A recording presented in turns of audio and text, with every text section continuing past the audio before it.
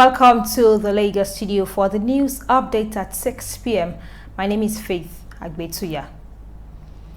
President Muhammadu Buhari has sworn in Justice Ibrahim Tanko Muhammad as the new Chief Justice of Nigeria. The swearing took place at the Aso Rock Villa, Abuja, according to the verified Twitter handle of the presidency.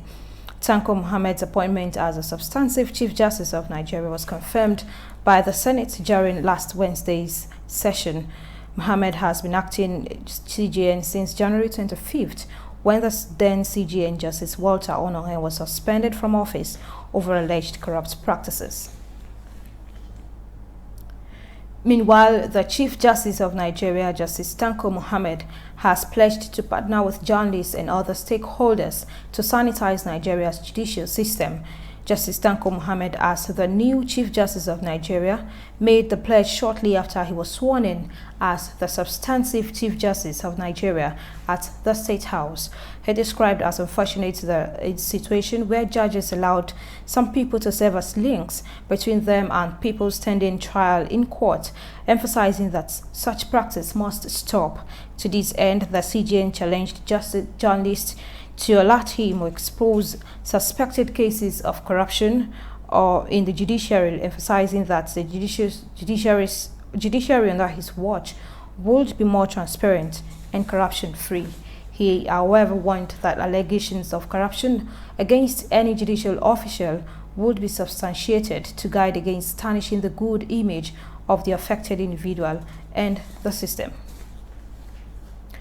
The presidential candidate of the People's Democratic Party, PDP, in the February 23rd election, Atiku Abubakar, has said that the current travel ban imposed by the United States on some politicians in Nigeria has validated his claim that the presidential election was rigged in favor of the All Progressives Congress and the President Muhammadu Buhari.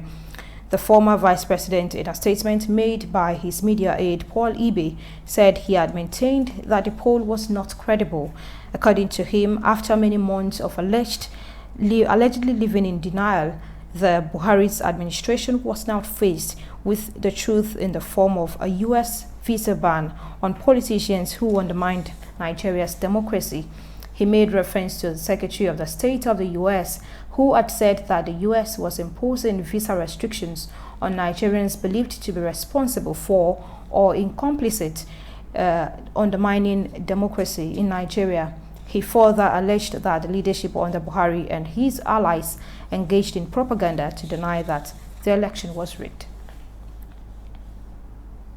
The Presidential Election Petition Tribunal has dismissed the petitions filed by the People's Democratic Movement, PDM, and its presidential candidate, Aminchi Habu, challenging the victory of Muhammadu Buhari at the February 23, 2019 poll.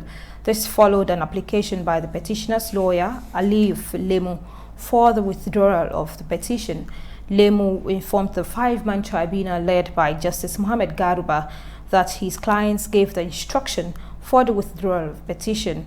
The PDM's petition is one of the three remaining petitions filed before the tribunal to challenge the outcome of February 23, 2019 poll.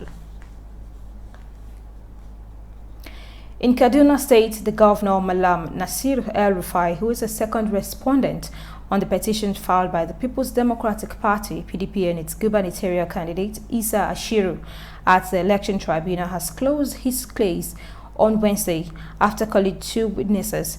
The second witness, who is a forensic and a handwriting expert, retired DSP Olufemi Ayodele, gave evidence in court today. Ayodele adopted his written statement as evidence before the tribunal, explained that only a few witnesses signed the document for the petitioner based on his findings. According to him, analysis of the signatures of the statement of oath, it was found out that only 3 persons were responsible for signing the about 624 signatures of the petitioner. Women in politics today expressed worry over the low representation of women in the ministerial list released by President Muhammadu Buhari for his second tenure. The president, Women in Politics, Ebere Ifendu, in an interview with newsmen in Abuja, said the number is low and very poor. Ifendu said the women she represents were not happy with the ministerial list, though the few women listed in the women are women of character and integrity.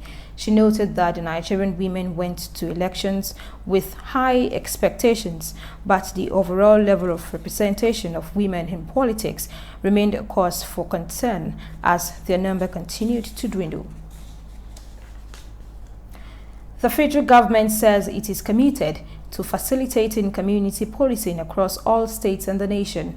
Vice President Yemi Osinbajo made this known in Osogbo during a closed-door meeting on security matters with traditional rulers in Osun State, as directed by President Muhammadu Buhari. Osinbajo described traditional rulers as the interface between the government and their various communities, asking them to intensify support in fight against insecurity in the country.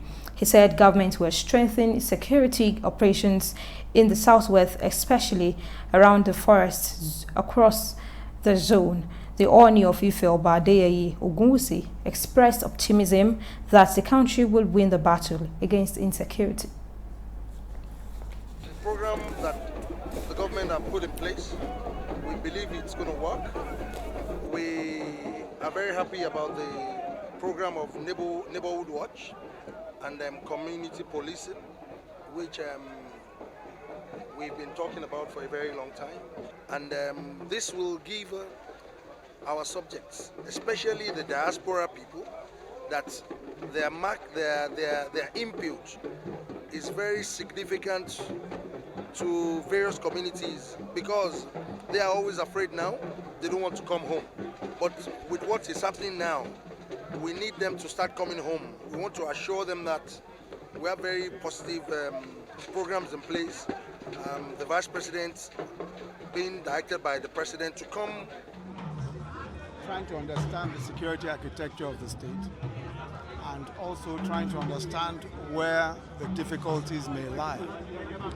And we agreed on a number of steps that need to be taken. As you know, we've already held consultations with the state governors and all the state governors, including the state governors of the Southwest. We've also held consultations with the service chiefs. So this stage of the consultations with the traditional rulers is very important, because they are a most important. The monarch noted that traditional rulers and the state would give maximum support to the presidency to win the war against security challenges facing the country. Well, that's the size of our package on the news updates at 6 p.m. Join us at 9 p.m. for more news stories. My name is Faith Agbetuya. Good evening.